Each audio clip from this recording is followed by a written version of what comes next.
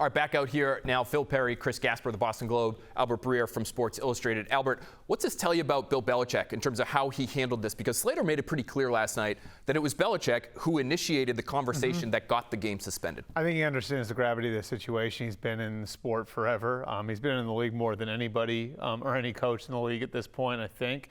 And so, like, to me, this is just somebody having been in these sorts of situations in the past, understanding the gravity of these situations. I also think there's an element of this that becomes a little bit more acceptable after what happened in January.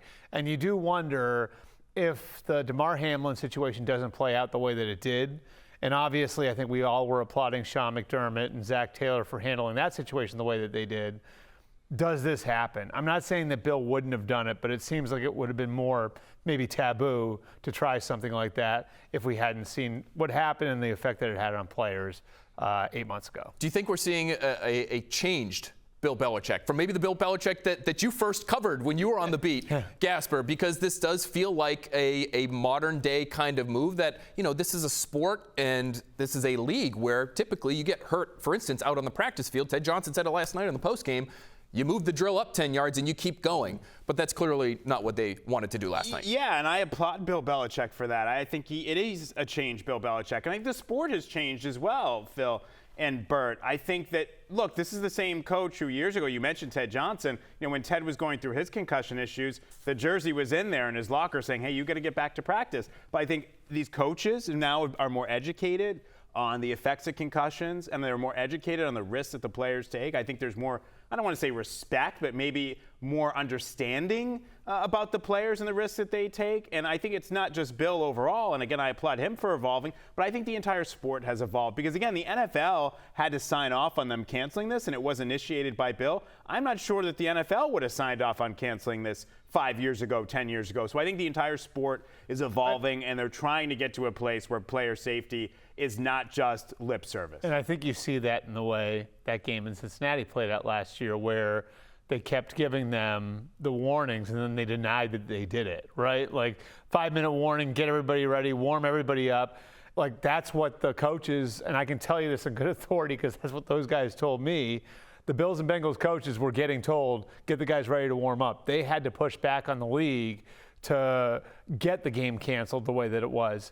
And so, like, again, this is a preseason game. The scope of it is very different. Yes. But I think in these sorts of situations, now the league's going to be more cooperative because they got the blowback that they got last year in that Cincinnati Buffalo game. It is a preseason game. It's not the AFC Championship game, as Matthew Slater mentioned last night. But for Bill Belichick, who often says to us in the media, nothing more important to us than the health and safety of our players, when you follow through on it in this way, I think that helps maybe lead to the team coming together a little bit more, maybe even a little bit more buy-in for what Bill is telling them over the course of a season. I agree, and I think you nailed it, Phil, on the buy-in. And that was sort of one of, I don't want to say questions, but I also think that coming off of last year and guys feeling like, and saying that Andrew Callahan story in the Boston Herald, that they didn't feel like Bill put them in the best position to succeed, that he does have to work a little harder this year to get the fealty and the loyalty of the players. And this is one way to do it, to show, hey, I know you guys are hurting, seeing your teammate down like this. We've had a hard week here. You could be away from your families for 11 days total. You know what? We're going to go home and we're going to get our work done at home because I realize there are things that are more important than football, and I'm not this emotionless taskmaster that you think. And so I do think that plays into this in some degree, the fact that the way the team maybe last year didn't buy in or feel like he put them in the best position to succeed. He has to engender a little more buy-in this year, and this is a good way to do it. Maybe that's where it's generational too, right? Like, in that today's player expects that from their coach. 20, 30 years ago, like, the players may not expect that from their coach. And it's also the way that guys take this sort of situation and internalize it when it's happening on the field. I mean, I've seen these situations play out in real time and been in the stadium for situations like this. And I can tell you, like, it's a tough thing on players. And 20, 25, 30 years ago, players didn't have the information that they do now on what this stuff can mean long-term for a guy and what the consequences of the sport might be. And so, like, players now are dealing with a totally different thing than a player all those years ago might be, just because of the amount of information they have and the risk that they all know they're taking and their teammates are taking and playing. Chris, what did you make of the fact that they decided to stay home? You mentioned they're going to stay in Foxborough, get their work done here. what did you make of the fact that they've canceled these joint practices? Because that, honestly, it surprised me when we found that Bolden was healthy enough, well enough to get home safely. And because we know how much Bill Belichick, that guy right there, likes these joint practices and values these joint practices, I was expecting that they would be eventually making their way to Nashville for these, but clearly they're not. Yeah, I was surprised by that. I could see them maybe canceling a day of the joint practices and only doing one day with Tennessee, or maybe there's something where you come in later and you do it on Thursday. I know that's the day before the game, but the starters aren't going to play, so maybe just the starters practice. I thought there was a way to still do this, but I do think it is significant, Phil, as you mentioned, that Bill decided to just cancel the whole thing. And I think that that was sort of, again, a nod to the players to say, hey, I don't want to keep you away from your families for this long when you're thinking about things other than football based on what happened last night. And that was guy after guy was talking about Isaiah Bolden and also talking about how there are bigger things than football. I also wonder if maybe, like, in this circumstance, if he had second thoughts of making the schedule out the way that he did, and they were already kind of like, because beyond just what happened last night, and obviously that takes precedent over everything else, this is a long trip. Yes. Like, this wasn't two separate trips. This was one long trip where I believe and you know this better than me, I think they left Tuesday of last week, right? And they weren't going to come back until,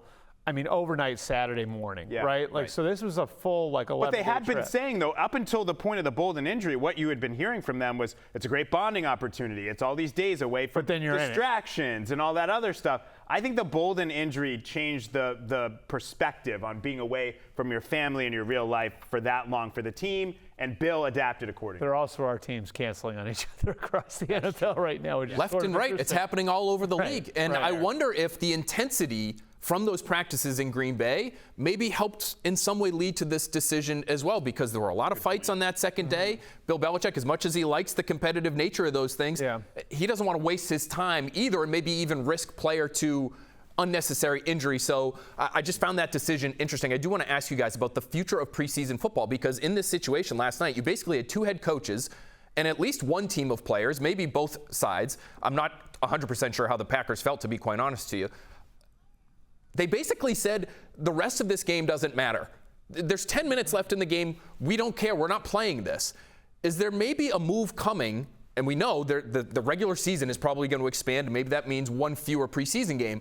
But is there even more coming? Eventually, they're just going to get rid of preseason entirely and start, for instance, Bert, televising joint practices where quarterbacks can't be hit and the injury risk is reduced. It feels like we might be moving there eventually.